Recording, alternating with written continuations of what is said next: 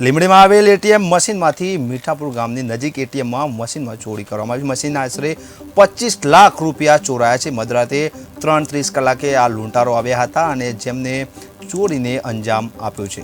તો કહી શકાય કે ફરી એકવાર ચોરીની ઘટના સામે આવી છે.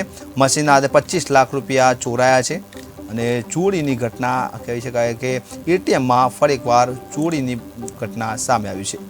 તો કહી શકાય કે લીંબડીમાં આવેલ એટીએમમાં ચોરી છે. લીંબડીમાં આવેલ એટીએમ મશીનમાં ચોરીને ચોરોએ અંજામ આપ્યો છે. કહી શકાય કે સિક્યુરિટીના અભાવે આ ચોરી થઈ છે. કહી શકાય કે આ એટીએમ હતું જ્યાં કોઈ સિક્યુરિટી ગાર્ડ ન હોવાથી આ ચોરો બેફામ બન્યા અને એટીએમમાં ચોરી કરી 25 લાખની ઉઠાંતરી કરી છે. રાત્રે 3:30 કલાકે આ ઘટના બની હતી.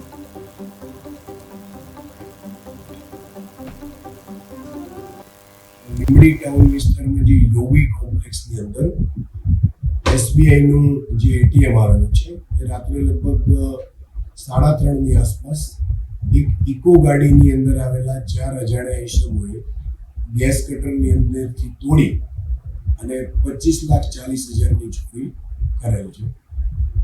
આ જે બનાવ છે એની તપાસ માટે LCB, SOG, Limbdi PSI, CPI એમની ટીમો લાગેલી છે. આ ઇકો ગાડી નંબર પ્લેટ વગરની હોવાનું સીસીટીવીમાં જોવા મળેલ છે અને બગોદરા બાજુ આ લોકો છે એ ચોરી કરી અને ગયા હોવાનું પ્રાથમિક દ્રષ્ટિએ જણાય છે.